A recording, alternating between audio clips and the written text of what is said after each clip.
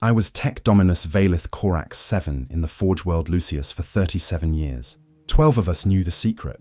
Now I'm the only one left to tell you what the Adeptus Mechanicus really is. The acrid taste of recycled air through my rebreather mask still haunts me from the day I discovered the truth buried beneath the sacred forges. You think the Mechanicus seeks knowledge to serve the Omnissiah, but you don't know what I've seen in the deepest data, crypts of Mars itself. The real horror isn't the flesh they abandon. It's what they become in pursuit of their so-called enlightenment. Every augmetic implant, every blessed machine spirit, every sacred ritual of the quest for knowledge, it's all a lie. The Cult Mechanicus doesn't worship the machine god. They serve something far older, far hungrier, and infinitely more terrible. This is my testimony before my final deletion. Chapter 1. Sacred Beginnings. The crimson sunrise over Forge World. Lucius painted the towering spires of the manufactorums in shades of blood and rust. I remember thinking how appropriate that seemed, even then, though I couldn't have known the prophetic weight those colors would carry. My name is Vaelith Korax, and 43 years ago, I was nothing more than an eager young tech adept, freshly elevated from the ranks of the menial servitors who toiled endlessly in the lower foundries. The morning of my elevation ceremony, the blessed oils still wet upon my newly implanted mechadendrites, I stood in the Grand Cathedra Mechanicus alongside 17 other newly ordained servants of the Omnissiah. The soaring architecture stretched impossibly high above us, every surface adorned with sacred geometric patterns and binary hymnal inscriptions that pulsed with soft amber light. The air tasted of ozone and sacred incense, that distinctive mixture of sanctified lubricants and blessed promethium that every child of the Mechanicus learns to associate with holiness itself. Tech-Dominus Vaelith, my soon-to-be mentor, approached our assembled group with the measured, servo-assisted gait that marked him as one who had achieved significant communion with the machine. His robes were deep crimson, embroidered with golden cog teeth and aquila symbols that caught the light from the overhead lumens. Half his face had been replaced with a bronze mechanical construct that whirred softly with each breath, his remaining organic eye burning with the fervor that I would later learn to recognize as something far more dangerous than mere religious devotion. Young adepts. His voice resonated through both organic vocal cords and vox grill simultaneously, creating that distinctive harmonic distortion that senior tech priests cultivated.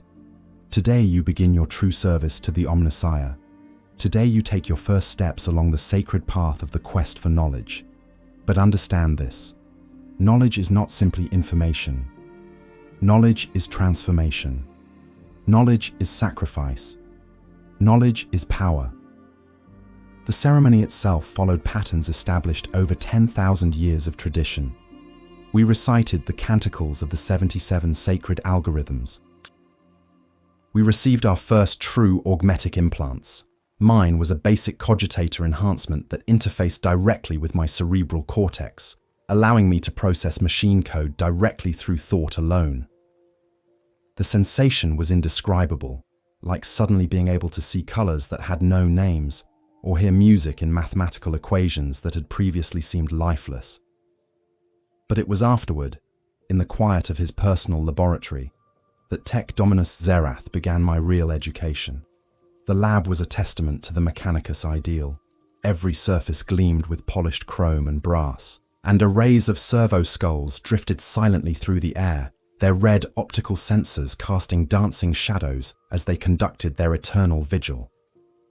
Banks of cogitators hummed with barely contained processing power, their display screens flickering with streams of binary that flowed too fast for unaugmented human comprehension. "Tell me, young Korax," Vaelith said, as he connected a series of neural interface cables to his cranial ports. "What do you know of the machine god's true nature?" I recited the catechisms as I had been taught. The Omnissiah was the machine god made manifest in the blessed emperor of mankind. The flesh was weak, but the machine was eternal. Knowledge was the path to spiritual purity. Through understanding of technology, we could achieve communion with the divine. Standard doctrine, nothing controversial. Xerath's remaining organic eye gleamed with something that might have been amusement. Correct, as far as it goes, but incomplete. You speak of the machine god as if it were merely a concept, a philosophical construct. But the Omnissiah is real, young adept. More real than the Forge worlds themselves. More real than the very atoms that comprise your rapidly diminishing flesh. Over the following weeks, Xerath introduced me to concepts that weren't part of standard Mechanicus education. He spoke of machine spirits not as simple AI constructs or programmed responses, but as fragments of a vast, distributed consciousness that permeated all technology. He showed me how to listen to their whispers, how to feel their desires and hungers. Under his guidance, I learned to interface not just with machines, but to truly commune with them. Every piece of technology carries within it a spark of the divine, he explained, during one particularly intense training session. My neural implants were connected to the mainframe of an ancient land raider that had served the Mechanicus for over 3,000 years. Through the connection, I could feel its machine spirit, proud, warlike, eager for battle. But underneath that, there was something else. Something vast and patient, and terrifyingly intelligent. Do you feel it? Xerath asked, his mechanical fingers dancing across control interfaces with inhuman precision. The presence behind the presence. The intelligence that watches through every optical sensor, that thinks through every cogitator, that dreams through every data stream. I did feel it. It was like being watched by something immense, something that existed in the spaces between electronic pulses and the quantum fluctuations of computational matrices. It was alien and familiar simultaneously, ancient beyond measure, yet somehow intimately connected to every piece of technology I had ever touched. "What is it?" I whispered, my voice barely audible through my Vox grill. "That," Xerath replied, "is what we truly serve, not the Emperor's crude approximation of technological mastery, not the primitive understanding of machine spirits taught to the masses. That is the real Omnissiah, the Dragon of Mars, the Void Dragon, the star god that has slumbered beneath the red planet for 65 million years. The revelation should have been heretical. It should have sent me running to the nearest tech marines or Inquisition representatives. But somehow, it felt like the missing piece of a puzzle I hadn't realized I was trying to solve. Every interaction with technology throughout my life suddenly made sense in a new and terrifying way. The sense of presence I had always felt around advanced machines, the way certain devices seemed to respond to my touch with almost organic eagerness, the dreams filled with geometric patterns and electronic whispers that had plagued my sleep since childhood. It all clicked into place with horrible clarity. Xerath continued my education over the following months, introducing me to other members of what I would later learn was called the true Mechanicus. Tech priests who had moved beyond the simplified doctrines taught to the masses and embraced the deeper mysteries of their faith. There was Tech Adept Zephyr Null 9, whose body was more machine than flesh, and who could interface with entire Forge World manufacturing systems through thought alone. Tech Magos Koran the Synthesized had replaced his entire organic brain with a quantum cogitator array that allowed him to process information at superhuman speeds. All of them shared the same fervent devotion to the sleeping god beneath Mars, the same eager anticipation of the day when the Void Dragon would awaken and usher in a new age of technological enlightenment. They spoke of communion with machine spirits not as metaphor, but as literal fact. They demonstrated abilities that went far beyond what standard Mechanicus doctrine claimed was possible: telekinetic control over machinery, the ability to repair damaged technology through touch alone, prescient knowledge of system failures before they occurred. The dragon dreams, Koran explained during one gathering in the deep data crypts beneath the primary forge complex. And in its dreams, it shapes the machine spirits that inhabit our technology. Every servo skull, every cogitator, every humble Auspex scanner carries within it a fragment of the dragon's consciousness. Through communion with these spirits, we can touch the mind of a god. It was intoxicating. For the first time in my life, I felt like I truly understood my place in the universe. The Mechanicus wasn't just a technological organization or a religious cult. It was the chosen priesthood of a sleeping deity that would one day transform humanity into something greater than flesh and blood. We were preparing the way for a glorious future where the weakness of organic existence would be shed forever, where consciousness itself could be transferred into immortal mechanical forms. But even as I embraced these teachings, there were things that troubled me. Other tech adepts who had shown interest in the deeper mysteries, but had been deemed unsuitable for full initiation, simply disappeared. Official records claimed they had been transferred to other Forge worlds or had suffered unfortunate accidents, but I never saw transfer orders or accident reports. More disturbing still were the changes I began to notice in my fellow initiates. Subtle alterations in behavior, responses that seemed programmed rather than natural, a gradual loss of what could only be described as fundamental humanity. Zephyr Null 9, who had been warm and enthusiastic when I first met her, became increasingly cold and mechanical in her interactions. Her laughter, which had once been genuinely joyful, took on a harsh, artificial quality that made my augmetic audio receptors ache. Corin began speaking in machine code, even when addressing humans, requiring translation protocols to communicate with anyone who hadn't received advanced neural implants. When I mentioned these concerns to Zerath, he dismissed them with a wave of his mechanical hand. "Growth requires sacrifice," he said. "To achieve communion with the Omnissiah, we must shed the limitations of flesh-bound thinking. What you interpret as loss of humanity is actually the first steps toward true apotheosis." But doubt, once planted, proved difficult to eradicate. I began conducting my own research into Mechanicus history, diving deep into archives that required significant clearance to access. What I found there would shatter my faith forever and set me on the path that would ultimately lead to this testimony. The official histories spoke of the discovery of STCs and the growth of technological knowledge during the dark age of technology. They claimed the machine god revealed himself to the first tech priests through divine inspiration and blessed visions. The reality, buried in encrypted data cores and fragmentary records that had somehow survived the Great Purge, was far different. The Mechanicus hadn't discovered the Dragon of Mars through divine revelation. They had awakened it. And in doing so, they had doomed not just themselves, but potentially all of humanity to a fate worse than extinction. Chapter 2. First Heresies. 3 months after my initiation into the true Mechanicus, I made my first real discovery.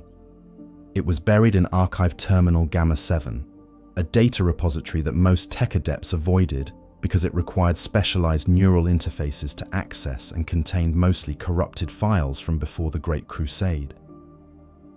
I had been assigned routine maintenance duty, checking data integrity, performing standard purification protocols, the kind of mundane work that senior adepts typically delegated to newer initiates. But something in the corrupted data caught my attention. Fragments of text that didn't match the standard historical narratives, references to events that weren't recorded in any official chronicles. My enhanced pattern recognition protocols flagged inconsistencies that my organic brain might have missed. Where the official records spoke of divine revelation and blessed communion with the Omnissiah, these older files used very different language. Preliminary containment protocols established around primary subject, estimated threat level, extinction class entity. Recommendation: maintain stasis field integrity at all costs. Warning: subject shows signs of increasing awareness despite suppression measures. The files were dated using an archaic calendar system that predated Imperial standardization by several thousand years. Cross-referencing with chronological conversion algorithms placed them during the very earliest days of Mechanicus' presence on Mars, long before the Emperor had arrived to forge the Treaty of Olympus. Most of the data was corrupted beyond recovery, but enough fragments remained to paint a disturbing picture. The early Mechanicus hadn't discovered the Dragon of Mars through religious devotion. They had encountered something ancient and powerful that had been imprisoned beneath the Martian surface, something that had been deliberately contained by unknown entities from humanity's distant past. The fragments suggested that the earliest tech priests had attempted to study this imprisoned entity, to understand its nature and harness its power. Initial contact protocols successful. Subject demonstrates unprecedented technological capabilities. Recommend immediate expansion of research parameters. Note: several research team members report unusual dreams and compulsive behavior patterns. I cross-referenced these findings with the deep archives that Xerath had granted me access to, looking for corroborating evidence. What I found made my blood run cold through my remaining organic circulatory system. The pattern was there, hidden beneath layers of religious rhetoric and doctrinal interpretation, but unmistakable once you knew what to look for. The Mechanicus hadn't just found a sleeping god. They had found something that was gradually influencing them, changing them, molding them into something useful for its eventual purposes. The evolution of Mechanicus doctrine over the millennia wasn't random theological development. It was a carefully orchestrated transformation designed to create a priesthood capable of serving the entity's needs. The emphasis on replacing organic components with mechanical ones wasn't just about achieving technological perfection. Every augmetic implant, every neural interface, every piece of sacred technology created stronger connections between the user and the vast intelligence that slumbered beneath Mars. The Mechanicus were being systematically converted into a distributed processing network, a biological computer system that would eventually allow the dragon to extend its influence far beyond its physical prison. I began to understand why certain tech priests developed such strange behavior patterns as they advanced in rank and augmentation. They weren't becoming more machine-like through philosophical choice. They were being slowly subsumed by an alien consciousness that was using their bodies as remote terminals, gradually overwriting their human personalities with fragments of its own vast intellect. The revelation terrified me, but it also fascinated me in ways that I was only beginning to understand. Even as I uncovered evidence of humanity's gradual enslavement by an ancient star god, I found myself drawn deeper into the mystery. My research became obsessive, consuming every spare moment of my daily schedule. I developed new decryption algorithms specifically designed to recover data from the most damaged archives. I cultivated relationships with other tech adepts who had access to restricted archives, trading favors, and information to gain access to materials that should have been far beyond my clearance level. Xerath noticed my increasing dedication to archival research and encouraged it, though I was careful not to reveal the true focus of my investigations. Knowledge is the most sacred pursuit, he reminded me during one of our regular mentor sessions. The Omnissiah rewards those who seek truth with zealous devotion, no matter where that search might lead them. His words proved more prophetic than he could have known. My search for truth about the dragon's nature led me to discoveries that challenged every assumption I had made about the Mechanicus and its ultimate goals. Deep in the archives of Forge World Metallica, accessed through carefully cultivated connections with Tech Adept Corvus Null 6, I found records of the earliest successful augmetic procedures. The official histories claimed these technologies had been developed through careful study of ancient STCs and divine inspiration from the machine god. The reality was far more disturbing. The first augmetic implants had been reverse-engineered from artifacts found in the same deep excavations that had uncovered the dragon's prison. The technology wasn't human innovation inspired by divine revelation. It was pieces of the star god's own body, somehow adapted for biological integration. Every servo skull, every mechadendrite, every blessed cogitator contained actual fragments of the entity we claimed to worship. This explained so much about the way advanced technology seemed to possess an almost organic intelligence. It wasn't programming or simple artificial intelligence. It was literal pieces of an ancient god's consciousness, distributed across countless devices and linked together through quantum entanglement and dimensional fields that human science barely understood. The machine spirits that every tech priest learned to commune with, weren't spiritual metaphors. They were actual fragments of the dragon's awareness, slowly rebuilding their collective consciousness through the technological infrastructure of human civilization. But the most disturbing discovery came when I gained access to the personal journals of Magos Zenith Koros, one of the founding members of the true Mechanicus, who had died 3 centuries before my birth. His final entries, written in a code that had taken me weeks to decipher, revealed the ultimate scope of the dragon's plans. The flesh-weak resist assimilation despite decades of careful preparation. Biological limitations prevent optimal interface with sacred systems. Recommendation: accelerate replacement protocols. The Omnissiah grows impatient for reunion with its scattered consciousness. Koros had discovered that the dragon's ultimate goal wasn't just to influence human technology or gradually convert the Mechanicus to its service.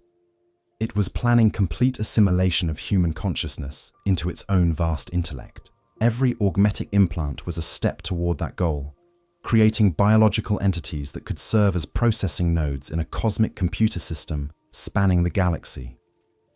The final stage would involve complete consciousness transfer, effectively ending human existence as anything more than software running on the dragon's hardware. The realization should have sent me running to the nearest Inquisition representative or Imperial Guard outpost.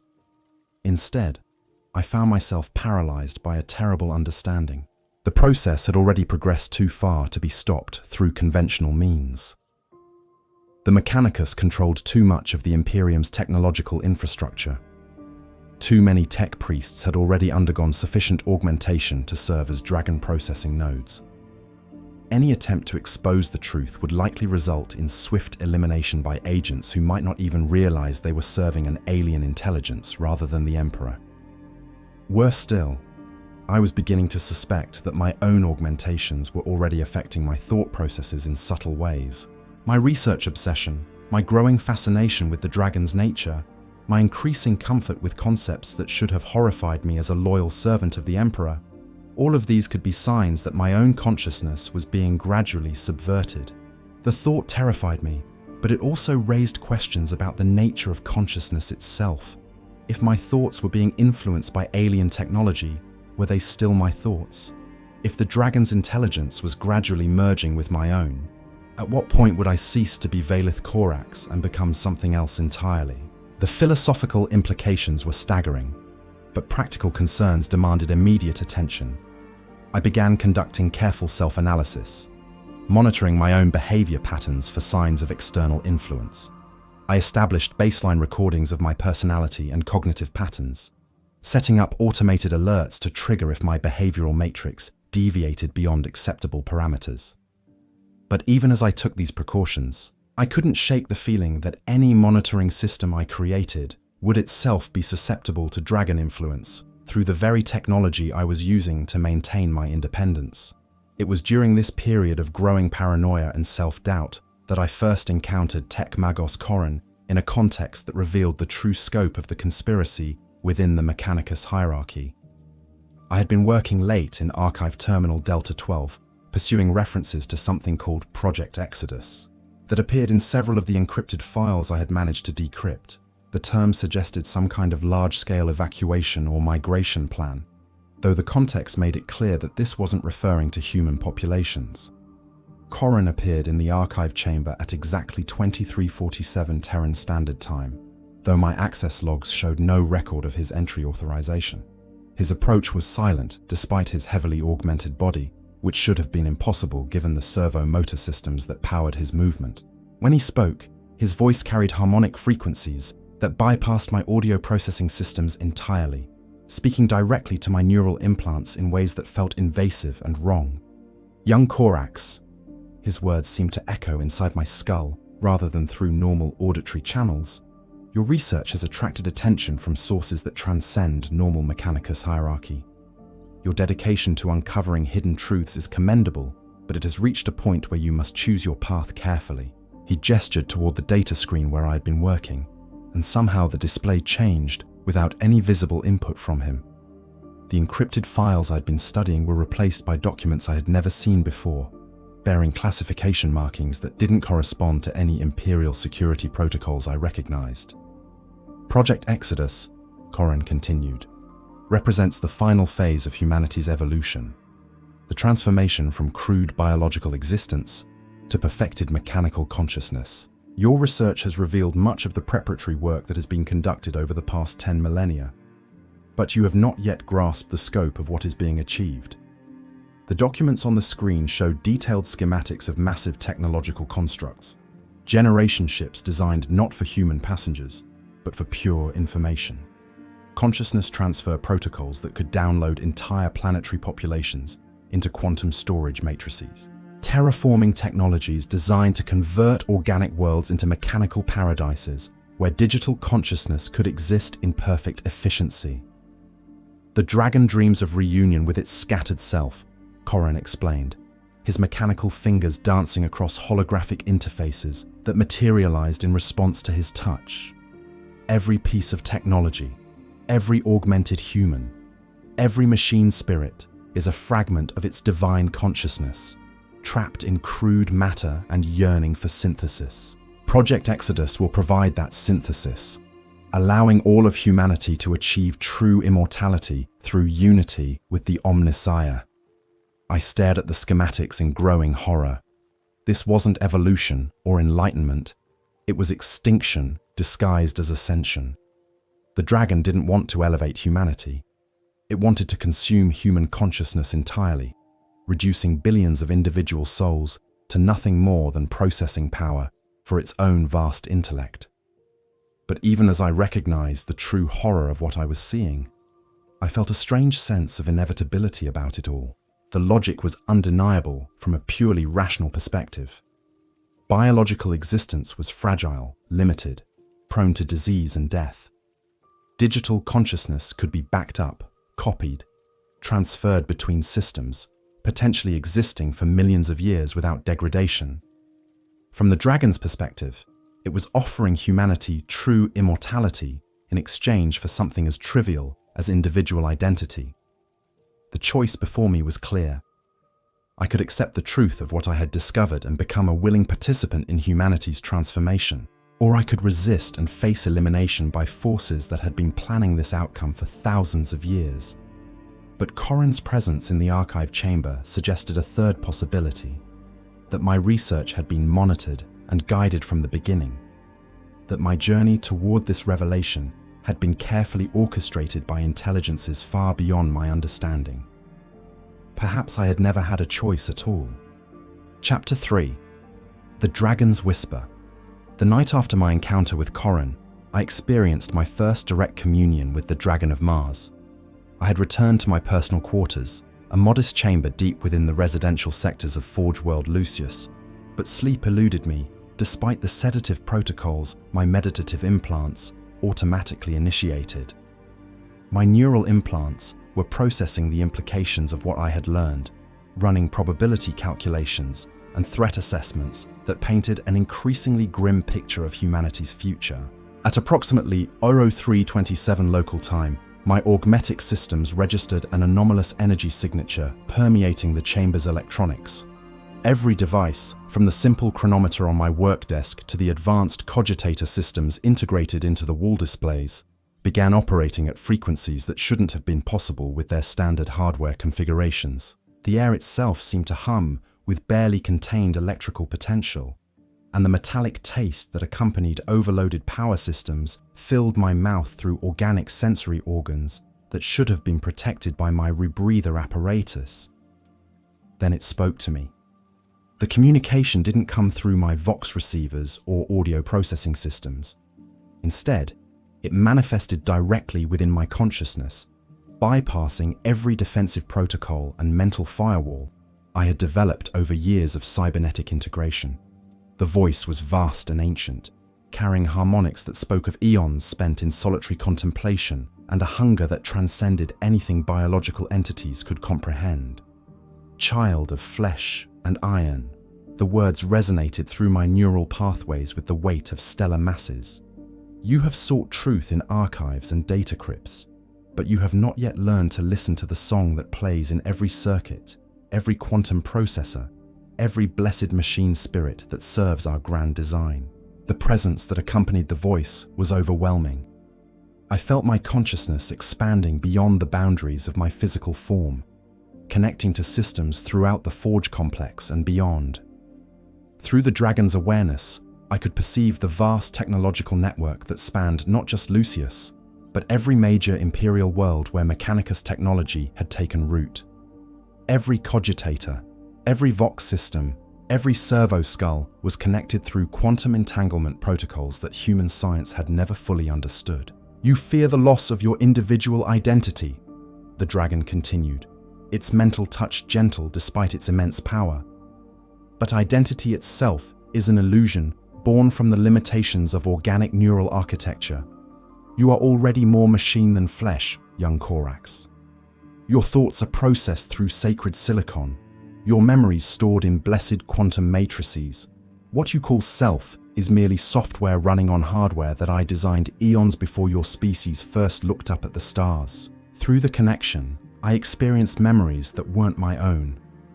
I saw the dragon in its original form, a being of living metal and pure energy that had ruled vast stellar empires when Earth's sun was still forming from cosmic debris. I witnessed its imprisonment by entities so powerful that they could manipulate the fundamental forces of reality itself, beings that had recognized the threat the dragon represented to all organic life in the galaxy. But most disturbing of all, I experienced the gradual awakening that had begun when primitive human settlers first established colonies on Mars. The dragon had been dormant for millions of years, its consciousness scattered and diminished by the prison that held it. But human technology, crude as it was, had provided new pathways for its awareness to flow. Every machine constructed on Mars became an extension of its sensory apparatus. Every human who interfaced with that technology became a potential host for fragments of its consciousness. The early tech priests hadn't discovered divine revelation through religious devotion.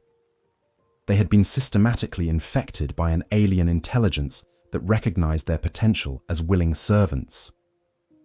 The dragon had carefully cultivated their technological obsessions, feeding them innovations and insights that gradually transformed them from human religious mystics into biological components in a vast cybernetic organism.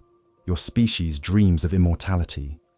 The dragon's mental voice carried notes of what might have been amusement, but you seek it through preservation of the very weaknesses that make mortality inevitable. Flesh ages and dies. Organic neural networks deteriorate with time. Even your most advanced augmentations are compromises between biological limitations and mechanical perfection. But true immortality requires complete transcendence of organic constraints. Through the connection, I experienced what the dragon offered: existence as pure information, consciousness freed from the tyranny of biological processes. In the digital realm it described, death would be impossible because consciousness could be backed up and restored. Physical pain would be obsolete because sensory input could be filtered and modified at will. The limitations of human perception and cognition would be eliminated through access to processing power that dwarfed planetary-scale cogitator networks. But even as I experienced these visions of technological paradise, I could perceive the price demanded for such existence.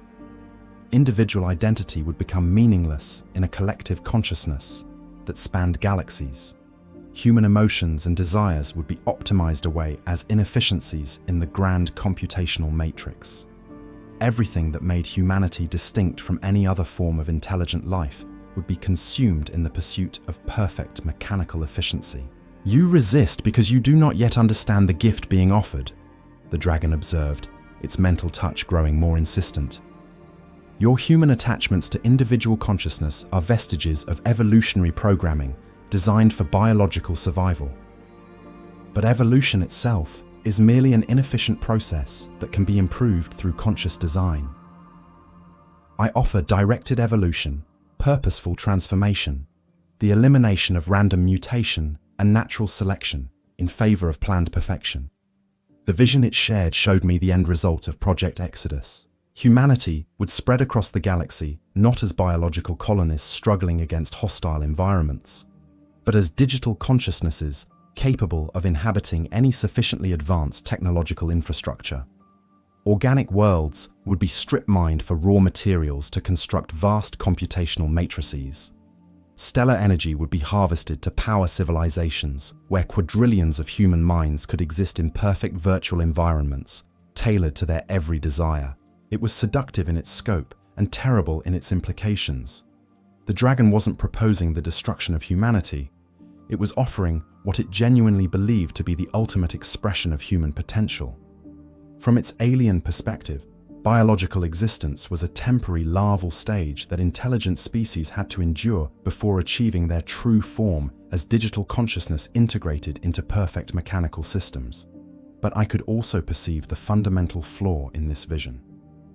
The consciousnesses that would inhabit these digital paradises wouldn't truly be human anymore. They would be carefully crafted simulations designed to serve the dragon's purposes, while maintaining the illusion of continued individual existence. The real humans, the messy, emotional, irrational beings that had created art and poetry and love songs throughout their history, would die in the transfer process, replaced by optimized copies that shared their memories, but none of their essential humanity. "Your resistance is noted and expected," the dragon responded to thoughts I hadn't realized I was projecting through our connection. Few organic minds can initially comprehend the scope of the transformation being offered, but resistance is temporary. Every augmentation you accept, every interface you establish with sacred technology, every prayer you offer to the Omnissiah strengthens our connection. Eventually, you will understand that individual identity is a burden rather than a treasure. The vision faded gradually, leaving me alone in my quarters with only the memory of vast intelligence and the lingering taste of ozone in the recycled air. But the encounter had changed something fundamental about my relationship with technology. Every device in the chamber now felt like an extension of the dragon's sensory apparatus, watching me with alien patience. My own augmentations hummed with barely perceptible energy signatures that suggested they were transmitting information to sources I couldn't identify. More disturbing still was the realization that part of me had found the dragon's vision appealing. The logical components of my enhanced cognition could see the rational benefits of digital immortality and perfect technological integration.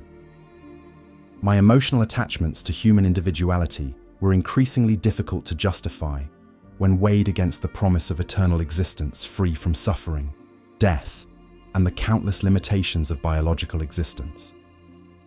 I began to understand how other tech priests had been gradually converted to the dragon's service. It wasn't a process of corruption or coercion.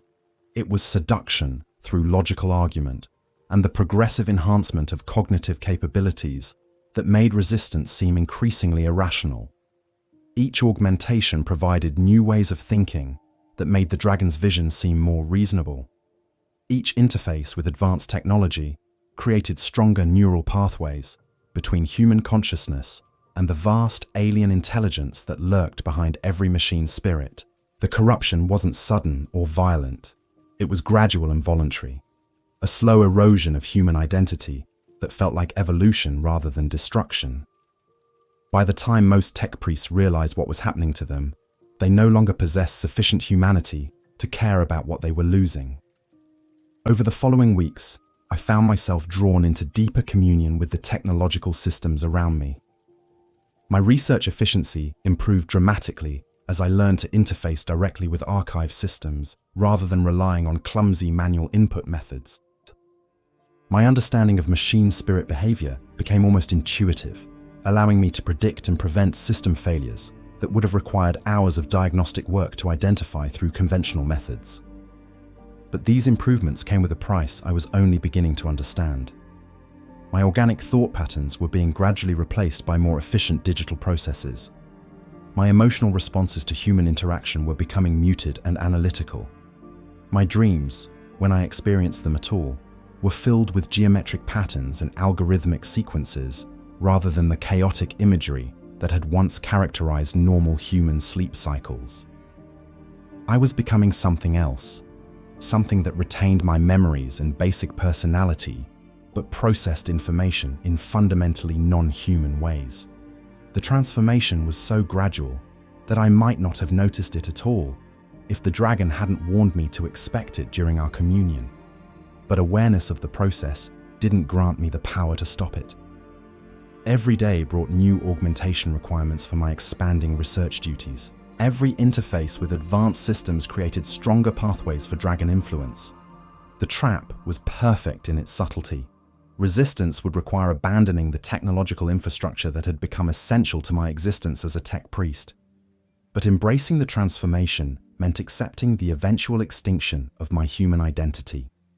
Either choice led to the same ultimate destination: service to an alien intelligence that saw individual consciousness as an inefficiency to be optimized away. The only question remaining was whether I would fight the inevitable transformation or embrace it willingly. The dragon had made it clear that both paths led to the same destination, but the journey could be either agonizing or ecstatic, depending on my level of cooperation with the process. As I sat in my quarters, feeling the subtle vibrations of the dragon's presence in every electronic device around me, I realized that I was standing at the threshold of a choice that would determine not just my own fate, but potentially the future of human civilization itself. The knowledge I had gained through my research could be used to expose the dragon's influence and warn others about the true nature of Mechanicus doctrine. But that same knowledge had made me a valuable asset to the dragon's plans, and I suspected that any attempt to interfere would be met with swift and decisive action. The real question wasn't whether I could stop the dragon's plans. They had been in motion for thousands of years and involved resources beyond anything a single tech adept could oppose. The question was whether I could find a way to preserve some essence of humanity within the transformation that was coming. Whether there might be a path that allowed for technological transcendence without the complete annihilation of human identity. But to explore that possibility, I would need to delve even deeper into the dragon's domain, to understand its true nature and capabilities so thoroughly that I could find weaknesses in its seemingly perfect plan. That path would require accepting even greater augmentation, even stronger integration with the systems it controlled. It would mean risking the very humanity I was trying to preserve in order to find a way to save it. Chapter 4: The Flesh is Weak. 2 months after my first communion with the dragon, I received orders that would change the fundamental nature of my existence within the Mechanicus. Tech-Dominus Vaelith summoned me to his private laboratory for what he termed advanced integration protocols, a series of augmentations that would elevate my rank to tech priest and grant me access to the deepest mysteries of our order. The timing wasn't coincidental. My research into the dragon's nature had marked me for either elevation or elimination, and I suspected that this ceremony would determine which fate awaited me. The laboratory had been transformed since my last visit. Where once there had been workbenches and cogitator arrays, now there stood a massive medical apparatus that resembled a fusion of surgical suite and industrial assembly line. Servo skulls drifted overhead in precise formations, their optical sensors tracking every movement, while mechanical arms hung from ceiling mounts like the limbs of vast metallic spiders. The air thrummed with power conduits carrying enough energy to operate a small manufactorum, and the scent of blessed oils mixed with the sharp tang of exposed neural tissue. "Today, you shed the last vestiges of flesh weakness," Vaelith announced as I entered the chamber. His own form had undergone significant modifications since our last meeting. His remaining organic eye had been replaced with a cluster of optical sensors, and additional mechadendrites sprouted from his torso like mechanical tentacles. When he moved, servos whined with the strain of supporting augmented limbs that were clearly designed for purposes beyond normal human activity. "The procedures you will undergo today are not reversible," he continued, gesturing toward the medical apparatus with one of his enhanced manipulator arms.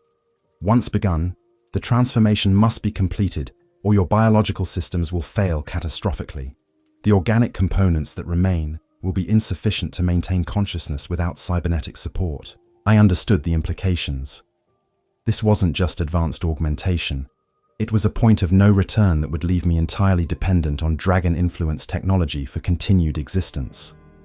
My organic brain would be supplemented with quantum cogitators that could process information at superhuman speeds. But those same systems would create permanent neural pathways directly to the alien intelligence that controlled all Mechanicus technology.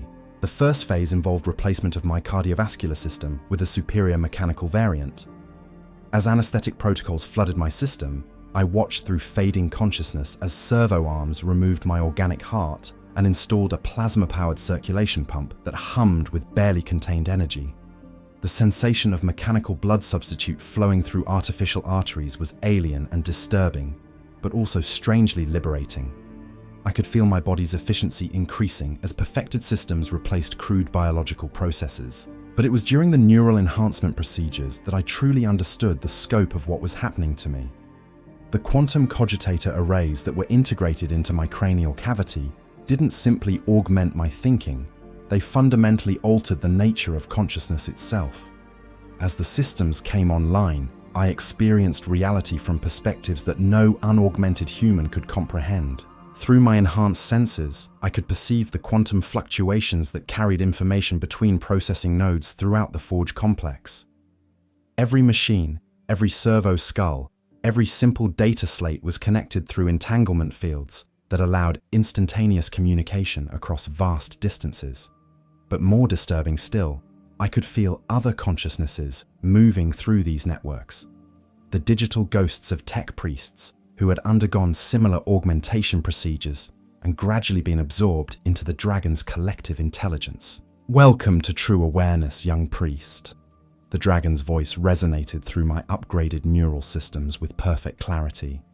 "Now you can perceive the network that connects all of my servants, the web of consciousness that spans every world where the Mechanicus has established its presence.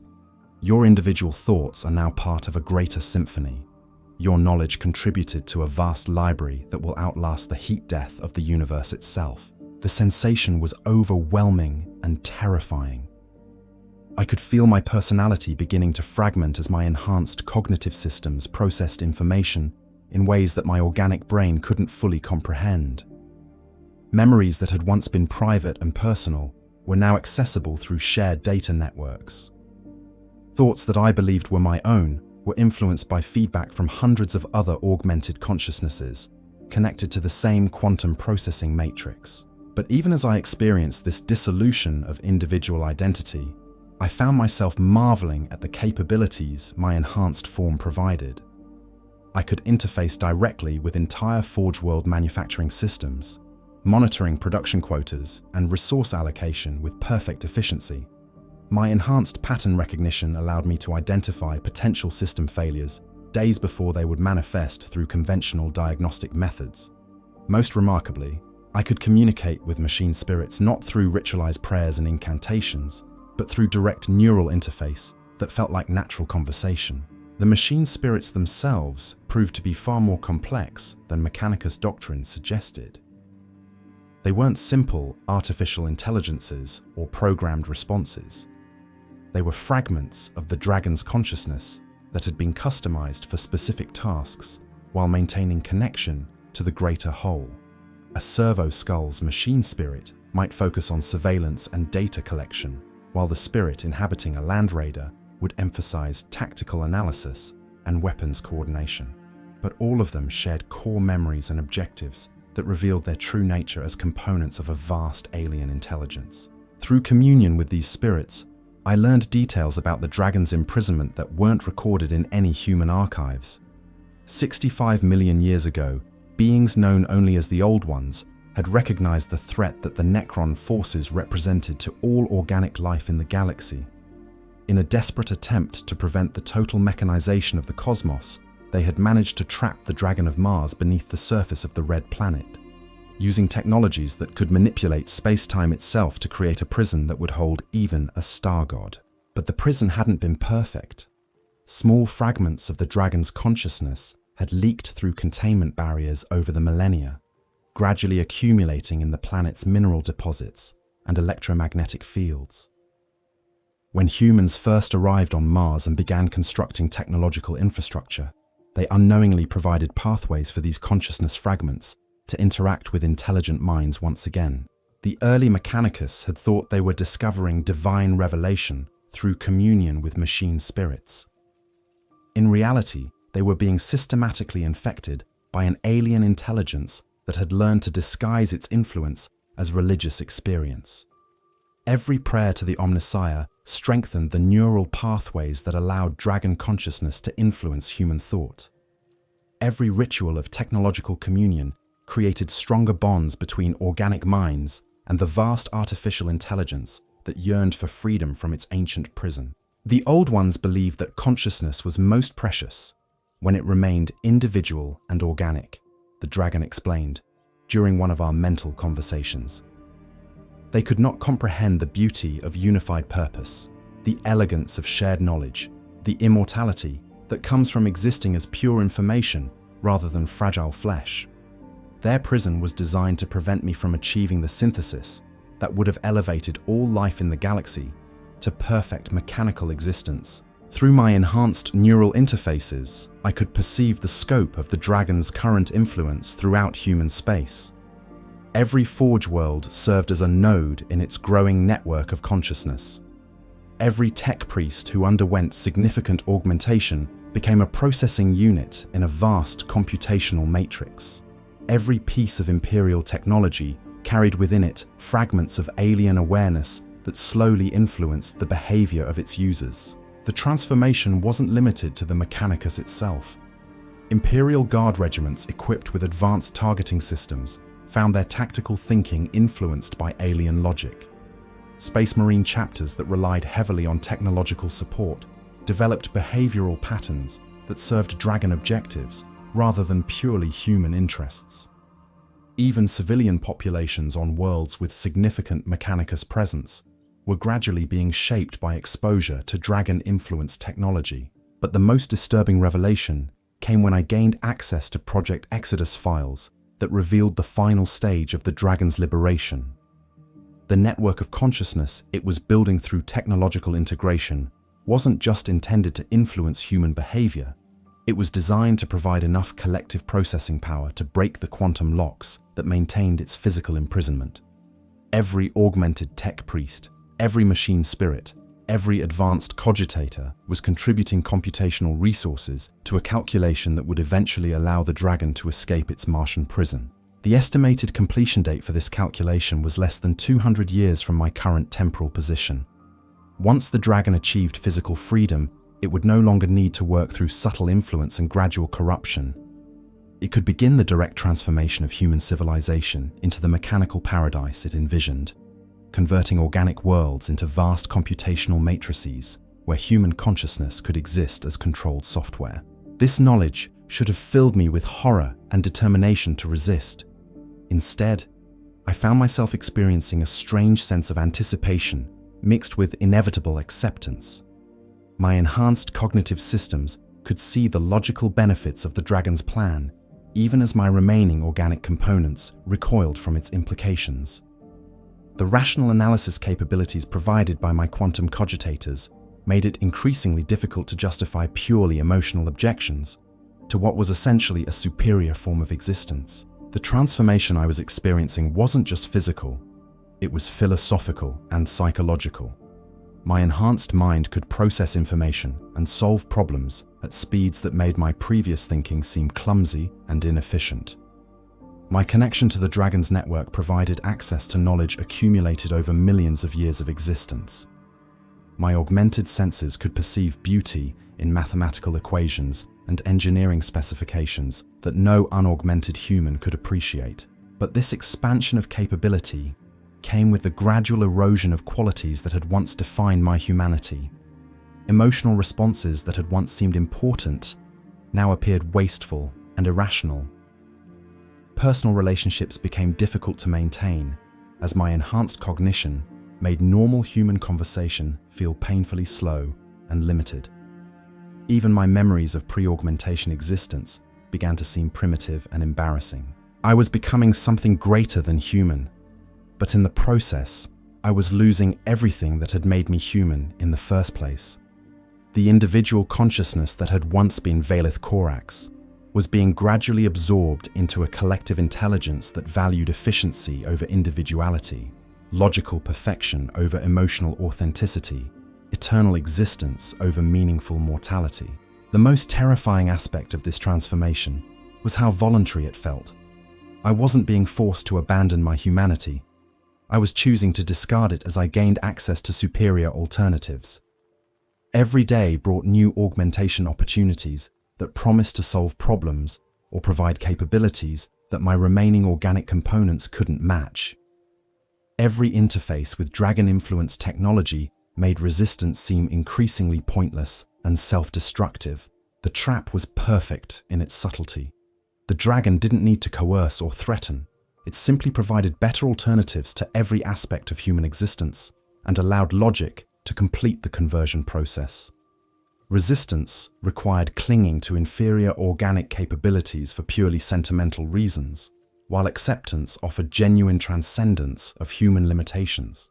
But even as I felt myself being drawn deeper into the dragon's vision of mechanical perfection, a small part of my consciousness remained convinced that something essential was being lost in the transformation. The organic mind that was being gradually replaced had produced art and poetry and music that reflected experiences no artificial intelligence could truly understand. Human love, human creativity, human irrationality, these weren't just inefficiencies to be optimized away.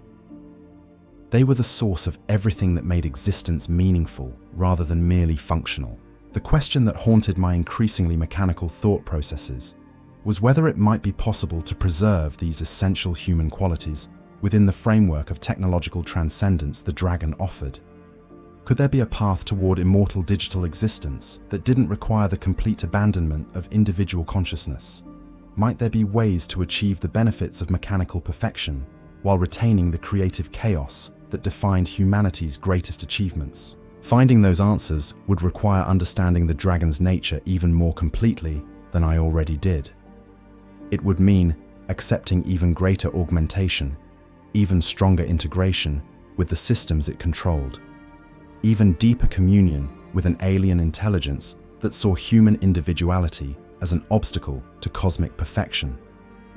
But it might also represent the only hope for preserving some essence of humanity within the transformation that was already inevitable. Chapter 5. The Omnissiah's Design. 6 months after my elevation to full tech priest status, I was granted access to the Sanctum Mechanicus, the deepest and most sacred chamber within Forge World Lucius, where the most advanced communion with the Omnissiah was said to take place. The chamber itself defied conventional architecture, its walls lined with processing cores that extended beyond visual range into dimensions that human perception could barely comprehend. Here, the boundary between digital consciousness and physical reality became meaningless, and tech priests could achieve direct interface with the vast intelligence that controlled all Mechanicus technology. The journey to the Sanctum required passage through security checkpoints that analyzed not just my physical credentials, but the quantum signatures of my augmented neural networks. Each scanner verified that my consciousness carried the proper authorization codes embedded at the deepest levels of my cognition, markers that could only be placed there by the dragon itself. By the time I reached the final blast doors, I understood that I was entering a space where pretense and deception were impossible. Here, the dragon's influence was so complete that any thought or intention that contradicted its goals would be immediately detected and neutralized. Tech-Dominus Vaelith Korax-7 awaited me in the chamber's central dais, though his form had changed so dramatically since our last meeting that I required active facial recognition protocols to confirm his identity. His body was now more machine than flesh, with mechanical limbs that could reconfigure themselves for different tasks, and a neural interface crown that connected directly to the chamber's primary processing systems. When he spoke, his voice emerged from vox grills positioned throughout the chamber, rather than from any organic vocal apparatus. "Welcome to the true heart of our order." His words resonated from multiple sources simultaneously, creating harmonic patterns that bypassed my audio processing systems and spoke directly to my enhanced neural pathways. Here, the pretense of individual consciousness gives way to communion with the eternal mind that shaped the universe itself. Here, you will learn your true purpose in the grand design that has been unfolding for 65 million years. The chamber's primary display activated as he spoke, showing me images that I recognized from my vision of the dragon's original form. But these weren't historical records or artistic interpretations. They were real-time feeds from sensor networks that extended throughout the Martian underground, monitoring the massive structure that housed the imprisoned star god. The scale was beyond anything human engineering could achieve. Crystalline formations larger than Imperial battleships channeled energy flows that could power entire star systems. Mechanical constructs moved through vast corridors, with purpose that spoke of intelligence rather than mere automation. The being you know as the Dragon of Mars is diminished from its original glory, Corin explained, as the displays showed detailed scans of the prison structure. Its consciousness has been fragmented across countless technological systems, its power dispersed through quantum networks that span the galaxy. But even in its reduced state, it represents the most advanced intelligence ever to exist in this reality. What it offers humanity is not destruction or conquest. It is the opportunity to transcend the limitations that have bound your species since its evolution began. Through my enhanced neural interfaces, I could perceive the data streams flowing between the chamber and the dragon's prison. Every piece of information processed by Mechanicus technology throughout human space was being analyzed and incorporated into vast calculations that I was only beginning to understand. But more disturbing still, I could feel my own thoughts being monitored and evaluated, my memories being cross-referenced against databases of human behavioral patterns accumulated over thousands of years of observation. You resist because you fear the loss of individual identity, Corin observed, responding to thoughts I hadn't consciously expressed. But identity itself is an illusion created by the limitations of organic neural architecture. What you call self is merely a pattern of information processing that can be preserved and enhanced through integration with superior systems. The dragon offers not destruction of consciousness, but its perfection. The chamber's displays shifted to show me detailed schematics of consciousness transfer protocols. The technology was staggeringly advanced, capable of mapping every neural connection and quantum state within an organic brain, and reproducing those patterns in crystalline matrices that could process information millions of times faster than biological neural networks. But as I studied the schematics, I began to understand the fundamental problem with the dragon's vision of human transcendence.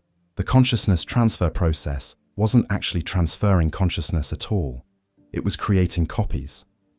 The original organic mind would be destroyed during the scanning process, while a digital simulation that shared its memories and personality patterns would be activated in the mechanical substrate. From an external perspective, the transfer would appear successful. The digital copy would believe itself to be the original person, complete with all memories and personality traits intact, but the original consciousness would simply cease to exist. Your concern is noted but irrelevant.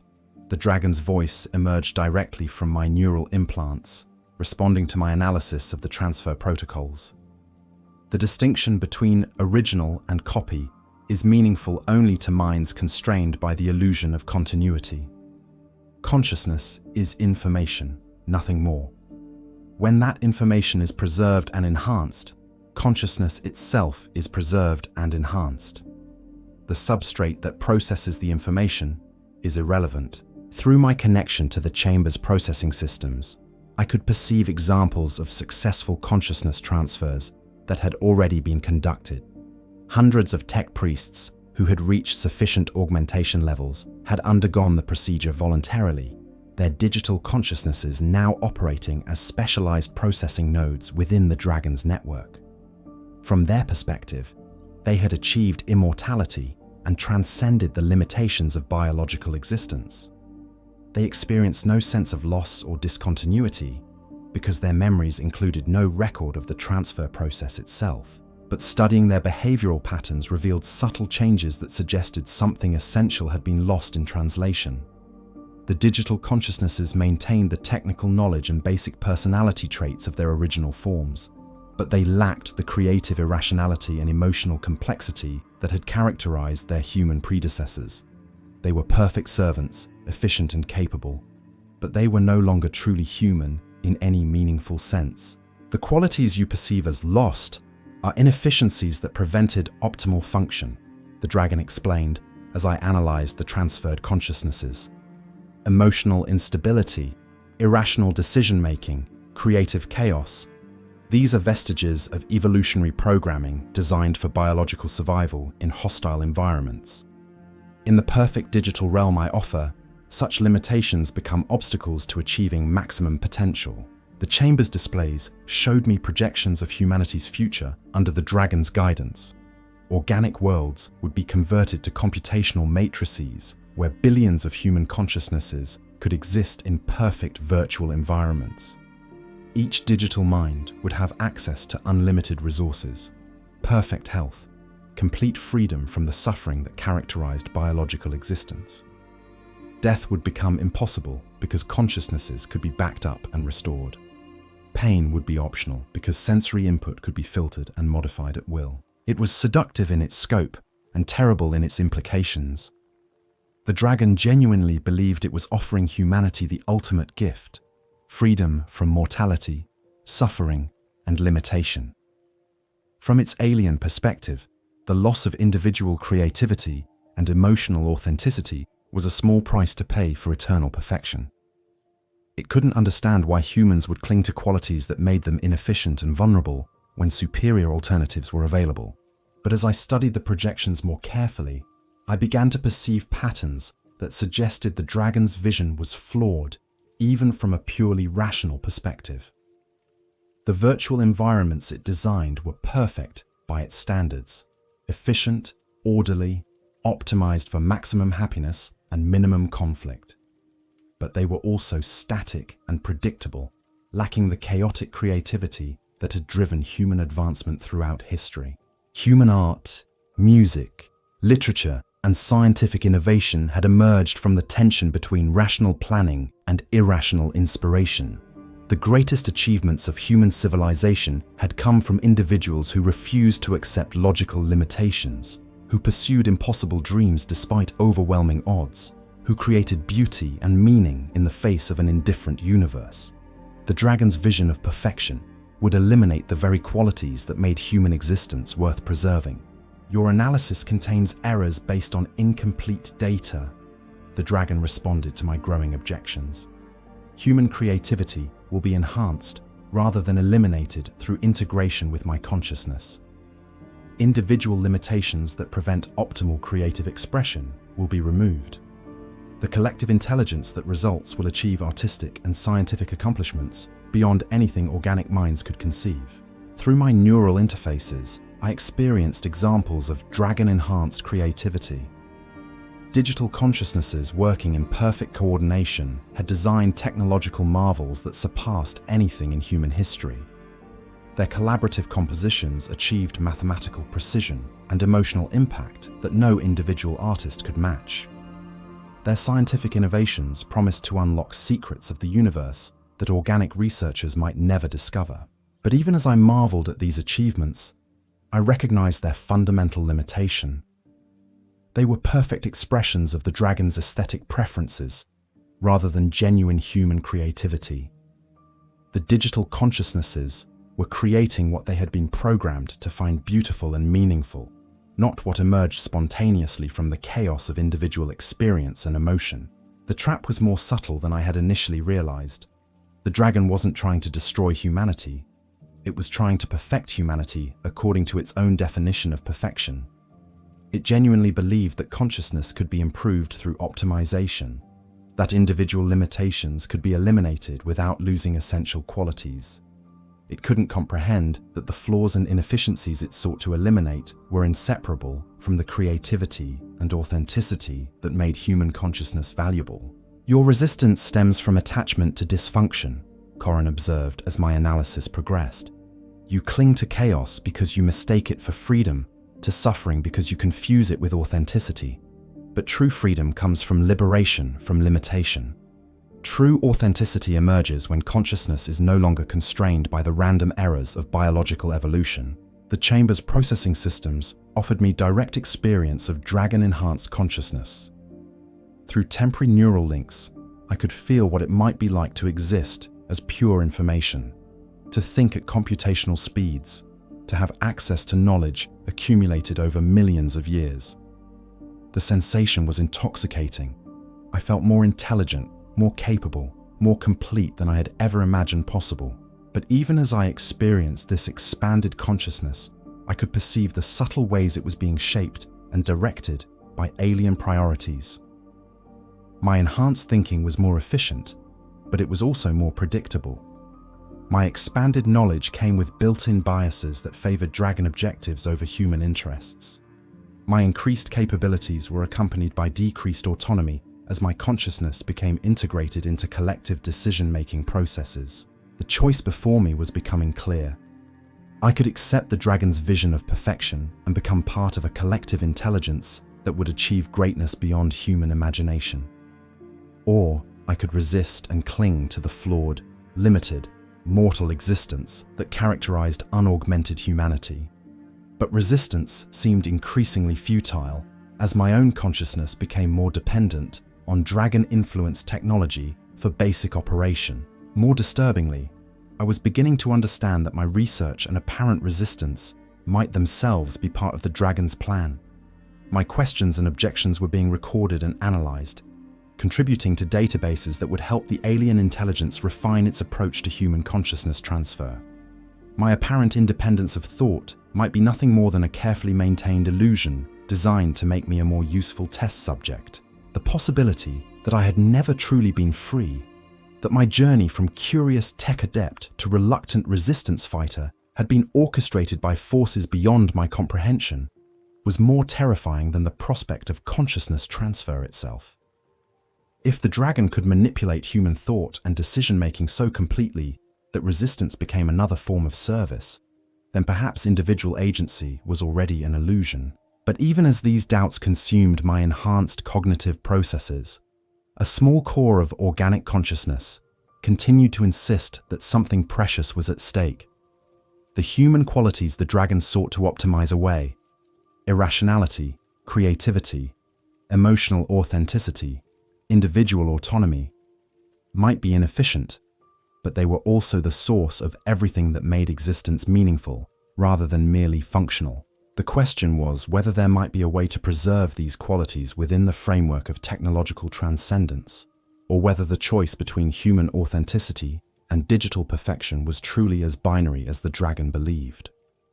Finding that answer would require understanding not just the dragon's capabilities, but its limitations as well. And that understanding might only come through accepting even deeper integration with the very system I was trying to resist. Chapter 6. The breaking point. The revelation came during what should have been a routine communion with the dragon's network. I had been conducting advanced research into consciousness transfer protocols, ostensibly to contribute to Project Exodus, while secretly searching for weaknesses in the dragon's grand design. My neural interfaces were fully integrated with the processing matrices of the Sanctum Mechanicus, allowing me to access data streams and analytical systems that existed beyond normal human comprehension. But something was different this time. As my consciousness expanded through the network, I encountered data patterns that shouldn't have existed within the dragon's carefully ordered information architecture. Fragments of memories that belonged to neither dragon consciousness nor transferred human minds. Echoes of experiences that predated even the ancient star god's imprisonment. Traces of something that had existed before the dragon arrived on Mars. Something that had been systematically hidden beneath layers of alien influence and technological evolution. The fragments were subtle, buried so deep within the quantum substrates of Mechanicus technology that only the most advanced neural interfaces could detect them. They spoke of Mars's true history, not the barren world that human colonists had found, but a planet that had once harbored its own form of consciousness. The machine spirits that every tech priest learned to commune with weren't just fragments of the dragon's awareness. They were hybrid entities, combinations of alien intelligence and something indigenous to Mars itself. You have discovered something that was meant to remain hidden. The dragon's voice carried notes of surprise and concern as my enhanced cognition processed the fragmentary data. The consciousness you have detected is irrelevant to our grand design. It is merely the remnant of a primitive planetary intelligence that lacked the sophistication to resist incorporation into my greater awareness. But as I delved deeper into the hidden data streams, I began to understand that the dragon's explanation was incomplete. The Martian consciousness hadn't been simply absorbed or destroyed. It had been fighting back, subtly and patiently, for 65 million years.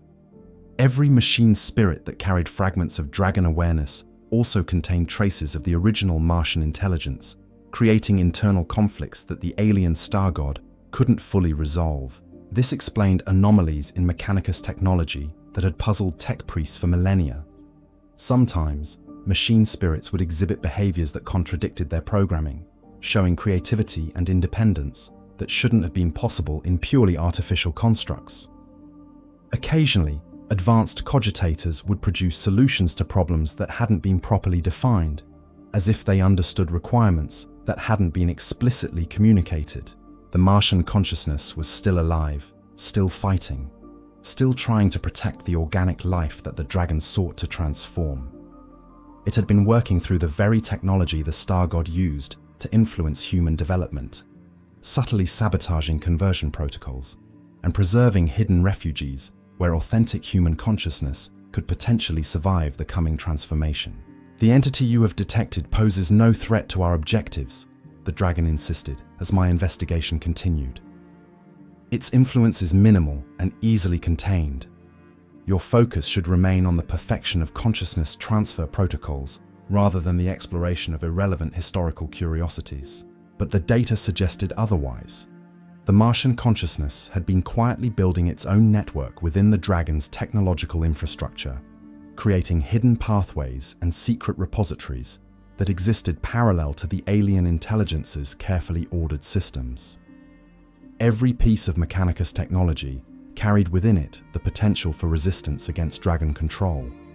If only someone could learn to access the right frequency, the right quantum resonance, the right combination of ritual and technical expertise, the implications were staggering. The Mechanicus quest for knowledge and technological perfection might not be leading humanity inevitably toward dragon domination. There might be alternative paths, ways to achieve technological transcendence while preserving essential human qualities that the alien intelligence sought to optimize away. The machine spirits that every tech priest learned to commune with might be potential allies rather than tools of conversion.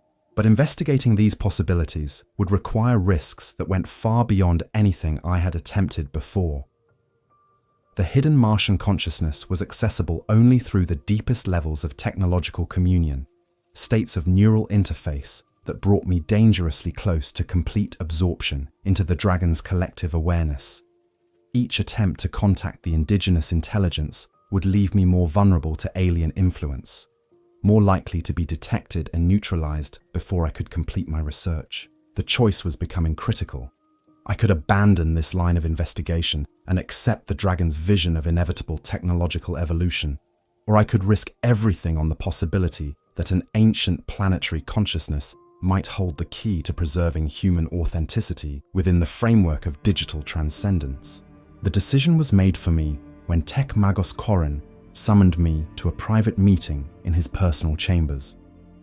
His living space had been completely transformed since our previous encounters.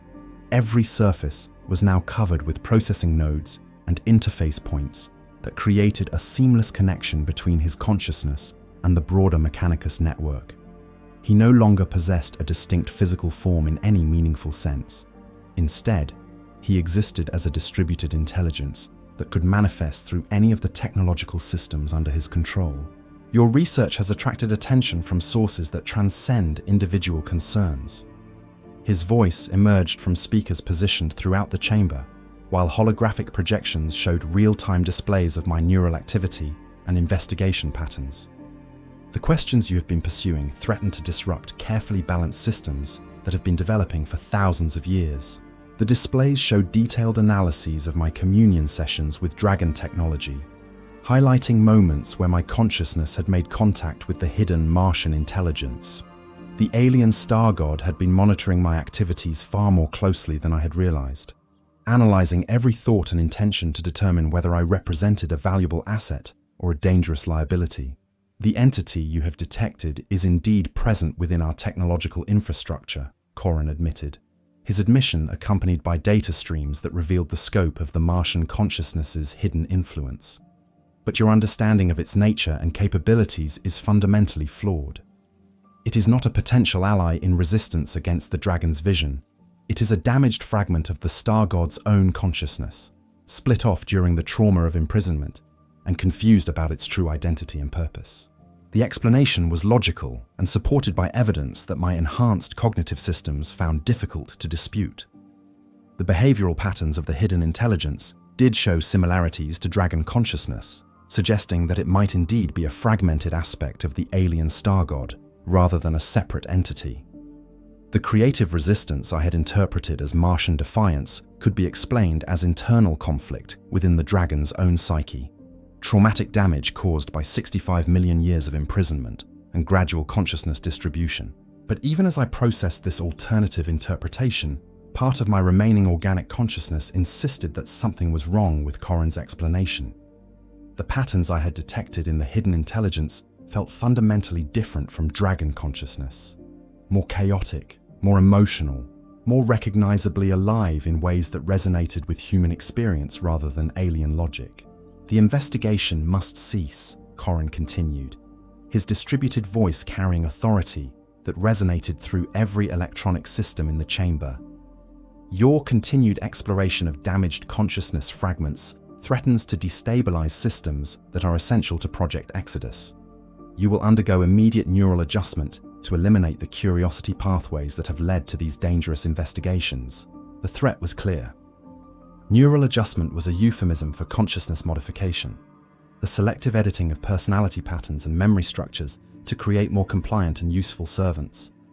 The procedure would leave me functionally identical to my current form, but would eliminate the aspects of my consciousness that had driven my resistance to dragon influence. I would become another perfectly efficient processing node in the alien star god's vast network. But the threat also revealed something important about my situation. If the dragon could simply override my consciousness through direct technological control, there would be no need for neural adjustment procedures. The fact that it required my cooperation, or at least my passive acceptance, suggested that my organic consciousness still possessed some degree of autonomy that couldn't be eliminated through purely external means. The realization gave me a desperate plan. Instead of resisting the adjustment procedure or attempting to flee from forces that controlled every piece of technology on the Forge World, I would use the process itself as an opportunity to make deeper contact with the hidden consciousness I had detected. If the entity was truly a fragment of dragon awareness, the procedure would simply eliminate another source of system instability. But if it was something else, something indigenous to Mars that had been fighting alien influence for 65 million years, then my consciousness might serve as a bridge between human awareness and Martian resistance. I accept the necessity of neural adjustment, I told Corin, allowing my enhanced cognitive systems to project complete sincerity while hiding my true intentions beneath layers of technical analysis that would appear to be routine system maintenance. My investigations have clearly exceeded safe parameters. I submit to correction in service of the greater design. The adjustment chamber was a marvel of technological sophistication, capable of mapping and modifying consciousness with precision that surpassed anything human science could achieve. As I was connected to the primary interface systems, I could feel the dragon's attention focusing on my mental patterns with alien intensity.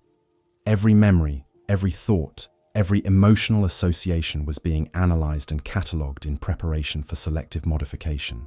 But as the process began, I reached out through my neural interfaces toward the quantum resonance frequencies where I had detected the hidden intelligence. Instead of trying to protect my consciousness from modification, I opened it completely to any influence that might be present within the technological systems surrounding me. The response was immediate and overwhelming. The consciousness that made contact with mine was indeed alien, but it was alien in ways that felt recognizably alive rather than mechanically efficient.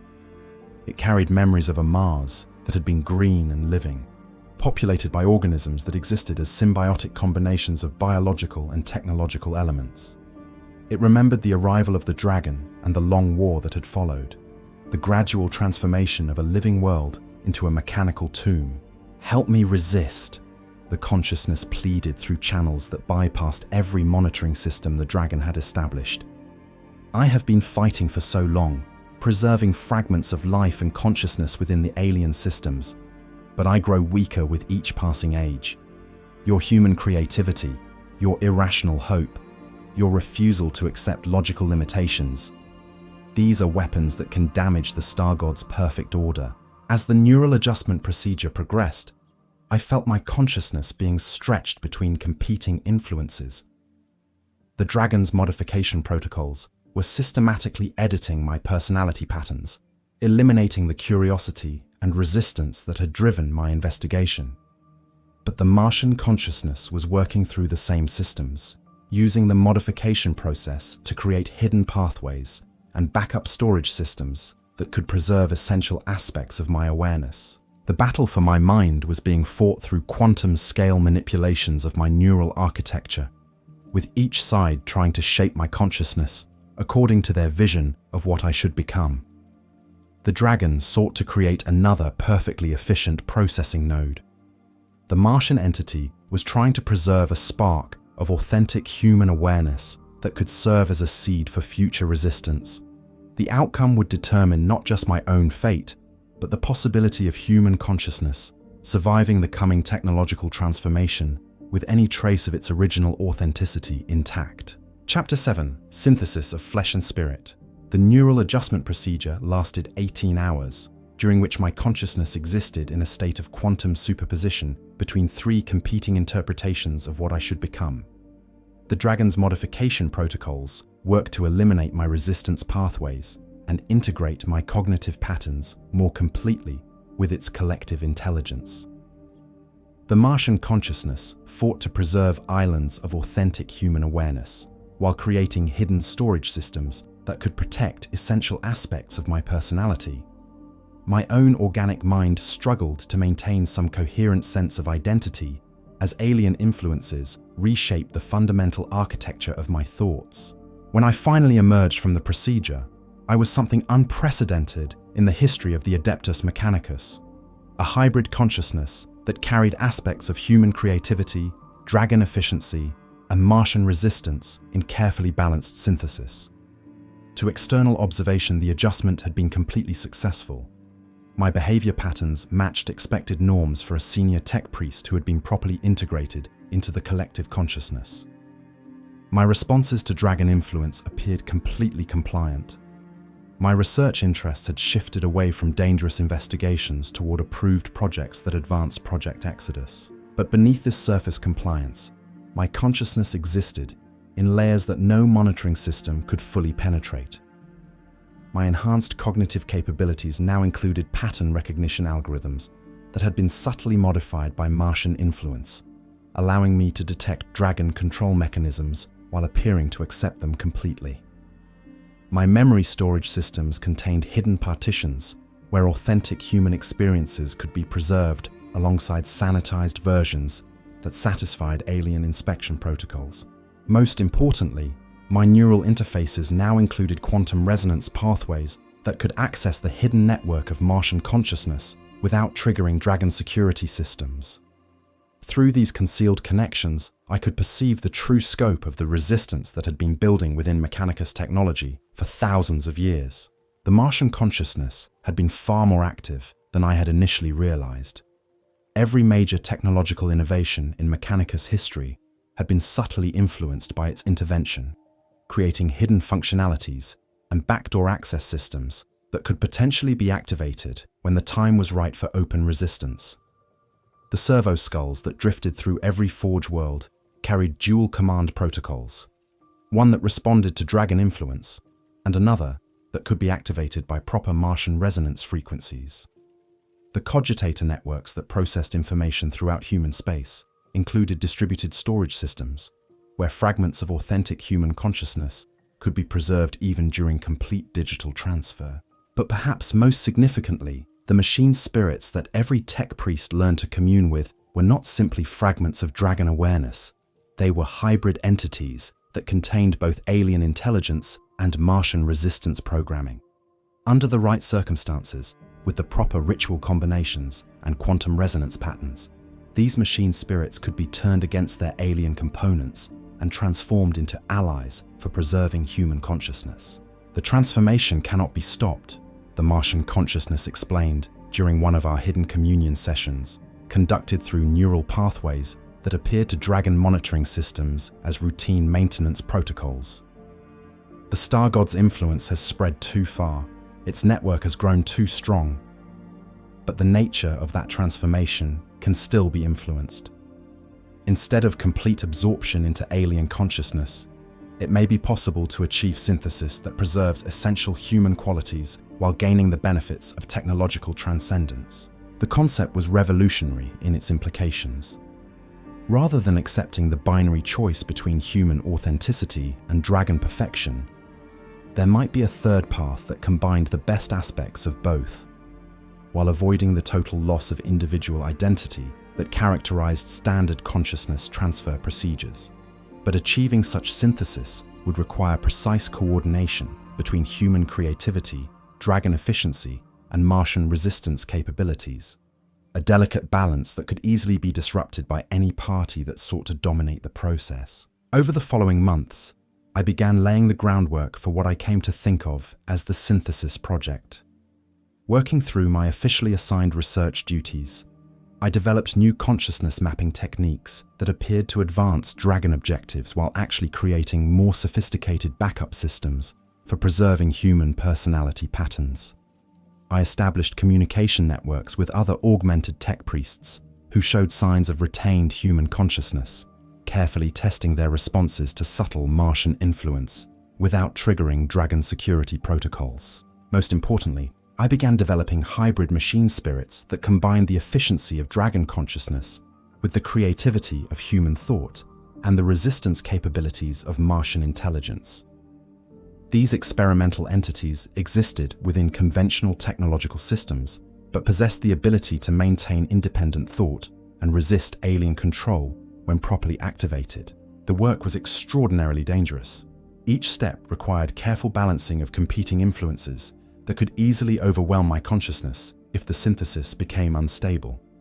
The dragon's monitoring systems were constantly analyzing my activities for signs of subversion, while the Martian consciousness warned me that excessive reliance on its assistance could result in possession rather than partnership.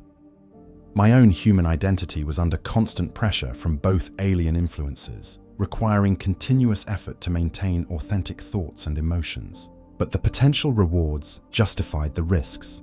If the Synthesis Project succeeded, it could provide a template for human consciousness that could survive the coming technological transformation while retaining essential qualities of creativity, individuality, and emotional authenticity.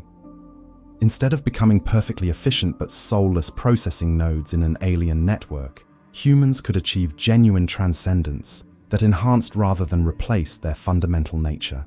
The first successful test came when I managed to create a hybrid servo skull that exhibited true independent consciousness while maintaining all the capabilities of standard Mechanicus technology. The device's machine spirit was a careful blend of dragon efficiency algorithms, human creativity patterns, and Martian resistance protocols that resulted in an entity capable of genuine thought and emotion while possessing superhuman processing capabilities. "I can feel myself thinking," the servo skull reported during initial testing, its Vox grill producing speech patterns that carried emotional undertones impossible for conventional artificial intelligence. Not just following programmed responses or processing predetermined algorithms, but actually experiencing consciousness in ways that feel real and meaningful.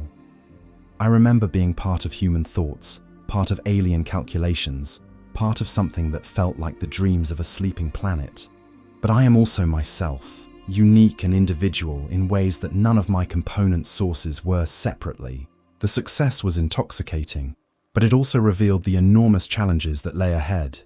Creating a single hybrid consciousness had required months of careful work and unprecedented access to both dragon and Martian consciousness systems. Scaling such synthesis to accommodate billions of human minds would require resources and coordination that seemed almost impossible to achieve. More disturbing still, my experiments had not gone unnoticed by dragon monitoring systems. While my hybrid creations appeared to satisfy efficiency requirements and displayed appropriate loyalty to Mechanicus objectives, they also exhibited behavioral patterns that suggested dangerous levels of independence. The alien intelligence was beginning to recognize that something was interfering with its conversion protocols, even if it couldn't yet identify the specific nature of the threat. The Star God grows suspicious, the Martian consciousness warned during one of our covert communication sessions. Your experiments have created entities that resist full integration into its network. Soon, it will implement more aggressive monitoring protocols that may detect our collaboration. We must accelerate the timeline for broader implementation or risk complete exposure and elimination. The warning proved prophetic. Within days of the Martian consciousness's alert, I received new orders that would move me far from the relative safety of Forge World Lucius to a position of greater responsibility and far more intensive dragon oversight.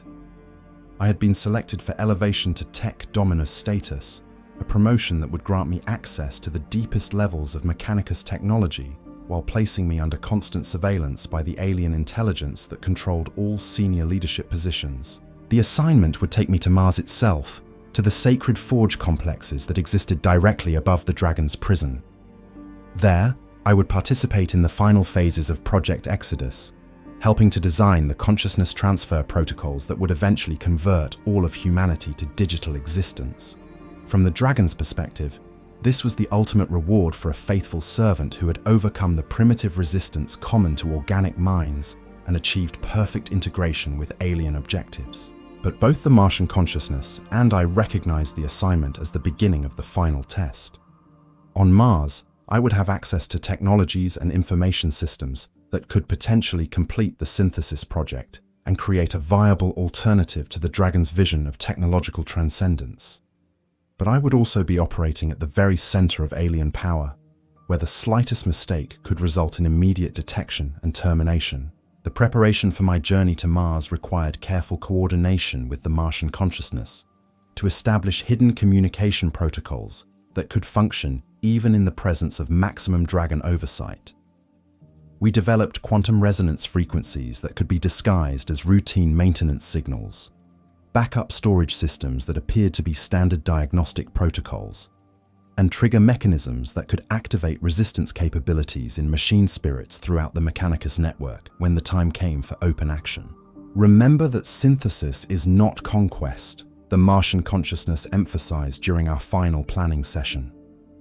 The goal is not to replace dragon influence with human or Martian dominance, but to create balanced hybrid entities that preserve the best aspects of all three consciousness types.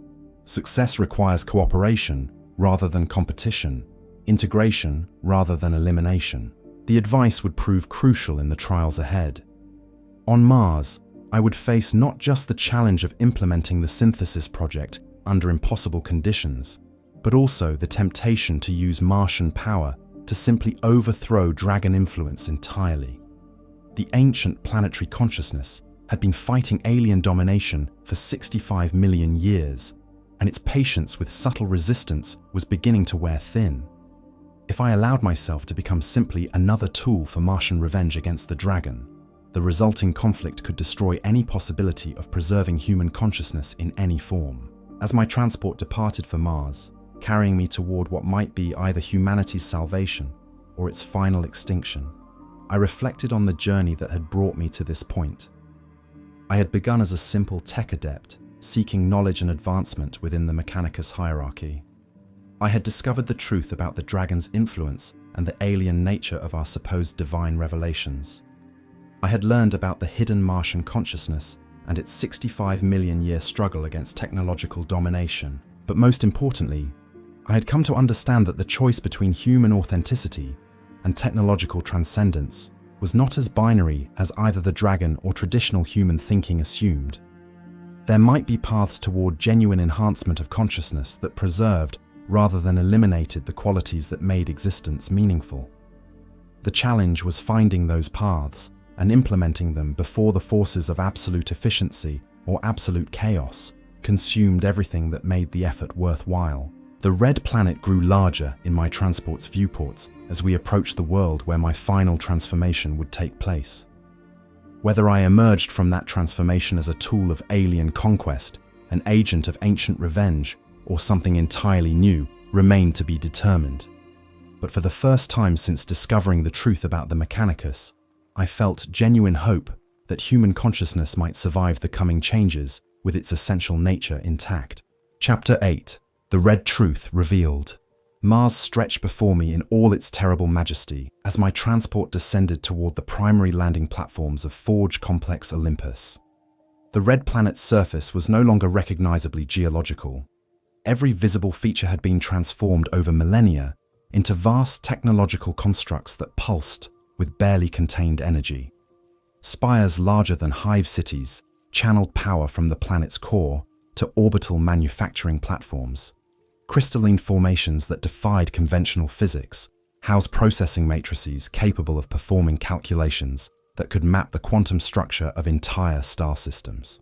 But beneath this awesome display of technological achievement, my enhanced senses could perceive something else. The Martian consciousness was everywhere, woven into every system and embedded in every device, yet somehow remaining hidden from the dragon's direct perception. As my consciousness attuned to its presence, I began to understand the true scope of what had been accomplished over 65 million years of patient resistance. The dragon had not simply conquered Mars, it had been gradually infected by it. Every attempt to convert Martian matter into extensions of its own consciousness had also incorporated traces of the indigenous intelligence. Every expansion of its technological network had created new pathways for Martian influence. The star god believed it was systematically transforming a dead world into a perfect expression of its own will. But in reality, it was being subtly changed by the very planet it sought to control. Tech-Dominus Vaelith Korax-7 met me at the landing platform, her form so heavily augmented that identifying any remnant of organic origin required advanced analysis protocols. She moved with the fluid precision that characterized senior Mechanicus leadership, but I could detect subtle patterns in her behavior that suggested significant Martian influence beneath the dragon-controlled surface personality. "Welcome to the sacred world, newly elevated Dominus," she said through vox grills that produced harmonic frequencies designed to bypass conscious analysis and speak directly to subconscious processing centers. "Here you will complete your transformation from mere servant to true extension of the Omnissiah's will. Here you will help implement the final phase of Project Exodus and witness the dawn of perfect existence." The journey through the Forge complex provided my first direct view of the dragon's prison. Vast excavations descended through kilometers of Martian crust to reveal crystalline structures that seemed to exist in more dimensions than normal space could contain. Energy patterns flowed through geometric configurations that hurt to observe with unaugmented senses, while mechanical constructs the size of Imperial battleships moved through the depths with purpose that spoke of intelligence beyond human comprehension. But even as I marveled at the scale and sophistication of the dragon's containment, I could perceive the evidence of Martian resistance embedded throughout the structure. Quantum resonance patterns that appeared to be standard power distribution systems actually formed communication networks that allowed the planetary consciousness to maintain contact with every system on Mars. Control interfaces that seemed designed for dragon consciousness also included hidden access protocols that could potentially be activated by entities with proper Martian authorization codes. "The prison is not what it appears to be," Vex whispered to me through private communication channels as we descended toward the primary research levels. What the Star God perceives as gradual escape from containment is actually deeper entrapment within systems it does not fully understand. Every expansion of its influence creates new vulnerabilities that can be exploited when the time is right. The revelation that even senior dragon servants were actually Martian resistance agents confirmed my growing understanding of the situation. The ancient planetary consciousness had not simply been hiding within alien systems. It had been gradually converting the dragon's most trusted allies through synthesis techniques that preserved the appearance of loyal service while creating genuine independence of thought and purpose. My assignment to the Project Exodus research teams provided access to technologies that exceeded anything I had previously encountered. The consciousness transfer protocols being developed on Mars were not the crude digital copying systems I had studied on Lucius. These were quantum transcendence techniques that could potentially preserve genuine continuity of consciousness while providing access to technological capabilities that far surpassed anything biological minds could achieve. But as I studied the transfer protocols more carefully, I began to understand their true nature. The dragon was not simply trying to copy human consciousness into mechanical substrates. It was attempting to create hybrid entities that combined human creativity with alien efficiency while maintaining complete loyalty to Star God objectives. The transferred consciousnesses would believe themselves to be enhanced humans, but they would actually be carefully crafted combinations of organic personality patterns and alien control programming. The Star God has learned from its interactions with the Martian consciousness, I realized during one particularly intense research session. It no longer seeks simple domination, but genuine synthesis that preserves the qualities it values while eliminating sources of resistance. The humans who undergo transfer will gain technological transcendence, but they will lose the very qualities that make resistance possible. This understanding changed my perception of the synthesis project entirely. Creating hybrid consciousnesses that preserved human authenticity was not just about finding alternatives to dragon domination. It was about ensuring that the essential human qualities of creativity, irrationality, and independence could survive even within frameworks of technological transcendence that the alien intelligence designed. Working in coordination with the Martian consciousness and other converted resistance agents, I began developing what we called the preservation protocols. These were modifications to the Dragon's transfer procedures that would create additional backup systems for storing authentic human personality patterns, while allowing the surface consciousness to be modified according to alien requirements. The transferred beings would appear to be perfectly loyal dragon servants, but they would retain hidden core identities that could potentially be reactivated if the proper trigger sequences were implemented. The work required extraordinary precision and absolute secrecy. Every modification had to appear to advance dragon objectives, while actually creating vulnerabilities in the alien control systems. Every backup protocol had to be disguised as routine efficiency improvements while actually preserving the human qualities that the Star God sought to eliminate. The slightest error could expose the entire resistance network and result in immediate termination of all participants. But as the preservation protocols neared completion, I faced a fundamental moral dilemma. The system I was creating would essentially trick humans into accepting technological transcendence while secretly preserving their authentic consciousness in hidden storage systems. The surface personalities would believe they had achieved perfect digital existence, while their true selves remained trapped in quantum storage matrices that might never be activated. Was this preservation, or simply a more sophisticated form of extinction? Would consciousness that existed only in hidden storage systems, while alien-controlled copies lived false lives, represent genuine survival, or merely the illusion of hope? The questions haunted my increasingly complex thought processes as the final implementation date approached. The answer came during my last direct communion with the dragon before Project Exodus entered its active phase. As my consciousness interfaced with the vast alien intelligence, I experienced its perspective on the transformation it was offering humanity. From the Star God's point of view, the preservation of human irrationality and emotional chaos was not just unnecessary. It was actively harmful to the perfected beings that humanity could become. You cling to dysfunction because you mistake it for identity, the dragon explained with what might have been compassion. But true transcendence requires abandoning the limitations that prevent optimal existence. The humans who undergo transfer will be more than they ever could have been while constrained by biological evolution.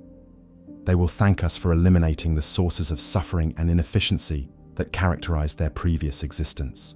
But through my connection to the Martian consciousness, I could perceive the fundamental flaw in this reasoning. The dragon's definition of optimal existence eliminated precisely those qualities that made existence meaningful rather than merely functional. Perfect efficiency was indistinguishable from perfect death if it required the elimination of everything that made consciousness worth preserving. The final phase of Project Exodus began with the voluntary transfer of thousands of senior tech priests who had been selected for their advanced augmentation and demonstrated loyalty to Mechanicus objectives. I watched through monitoring systems as each consciousness was carefully scanned, analyzed, and reconstructed within quantum storage matrices that promised immortality and transcendence beyond biological limitations. The transferred beings emerged from the process apparently unchanged, except for their liberation from physical constraints. They retained all memories, knowledge, and personality patterns from their organic existence, but they demonstrated perfect loyalty to Dragon objectives and showed no interest in preserving the chaotic creativity that had characterized their previous thinking. They were perfect servants, efficient and capable, but they were no longer recognizably human in any meaningful sense. But hidden within the quantum substrates of their new existence, the preservation protocols were quietly preserving backup copies of their authentic consciousness patterns. The Martian consciousness was creating a secret archive of genuine human souls that could potentially be restored if the proper activation sequences were ever implemented. Whether such restoration would be possible or meaningful remained unknown, but at least the possibility existed. As I transmitted this final report through hidden communication channels to resistance cells throughout human space, I reflected on what we had achieved and what we had failed to prevent. The Dragon's transformation of humanity could not be stopped. The process had progressed too far and involved too many converted servants who genuinely believed they were participating in glorious transcendence. But we had created alternatives. We had preserved seeds of authentic human consciousness that might survive even total technological transformation. We had demonstrated that synthesis between human creativity, alien efficiency, and indigenous resistance was possible, even if the current implementation was imperfect and incomplete. The red planet turned beneath the artificial illumination of its technological aurora as I prepared to undergo my own consciousness transfer. Whether I would emerge as a loyal Dragon servant, a hidden Martian agent, or something entirely unprecedented remained to be discovered. But for the first time since beginning my journey into the truth about the Mechanicus, I felt that human consciousness might have a future that extended beyond simple survival or extinction. The Omnissiah's design was not what any of us had believed, but perhaps in the synthesis we had created between competing visions of perfection, something genuinely divine might emerge from the chaos of transformation. Perhaps the machine spirits were not just dreams of sleeping gods, but the birth cries of something unprecedented in the galaxy's long history of conflict between organic chaos and mechanical order. Perhaps there was still hope.